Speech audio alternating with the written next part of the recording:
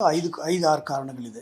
ಒಂದು geo economical situation, geo political situation,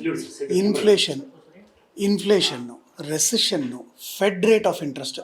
ಎಲ್ಲದಕ್ಕಿಂತ ಜಾಸ್ತಿ fed rate of interest almost every month ಕಮ್ಮಿ, 25 points 50 points ಆ ಥರ ಕಮ್ಮಿ ಆದಾಗೆಲ್ಲನೂ ಥ್ರೂಔಟ್ ದ ವರ್ಲ್ಡ್ ಎಲ್ರಿಗೂ ಗೋಲ್ಡ್ ಮೇಲೆ ಇನ್ವೆಸ್ಟ್ ಮಾಡಬೇಕು ಅಂತ ಅನಿಸುತ್ತೆ. They are all investing on gold. Fed rate of interest, next central banks buying of the gold. So ಇದೆಲ್ಲ considering all these 5-6 situations, gold is a safe Heaven ಅಂತ ಎಲ್ಲರೂ decide ಮಾಡಿ ಎಲ್ಲ ಗೋಲ್ಡ್ ಮೇಲೆ ಇದು ಮಾಡ್ತಾ ಇದ್ದಾರೆ. Number 1, world famous metal focus which is hired by world gold council. ಅವ್ರ ಪ್ರಿಡಿಕ್ಷನ್ ಏನು ಅಂದರೆ 2026 ಮಿಡ್ಡಲ್ಲೇ ನಿಮಗೆ $5,000, ಇವಾಗ $4,000 ಇದೆ, $5,000 ಅಂದರೆ ಇನ್ನು 25% ಜಾಸ್ತಿ ಆಗೋ ಸಾಧ್ಯತೆಗಳು ಕಾಣ್ತಾ ಇದೆ ಅಂತ ಅನಿಸುತ್ತೆ. ನೀವು ಇನ್ನೊಂದು ಭಾಳ ಇಂಪಾರ್ಟೆಂಟ್ ಕ್ವಶನ್ ಕೇಳಿದರೆ ಯಾವಾಗ ಕಮ್ಮಿ ಆಗುತ್ತೆ ಅಂತ.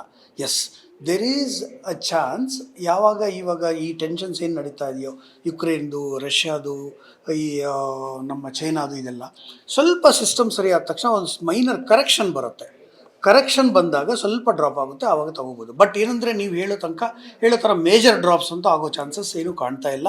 ಯಾವುದು ಫ್ಯಾಕ್ಟರ್ಸ್ ಅದಕ್ಕೆ ಸಪೋರ್ಟ್ ಮಾಡ್ತಾ ಇಲ್ಲ. Overall gold is been proved as safe haven. Everyone is investing on gold.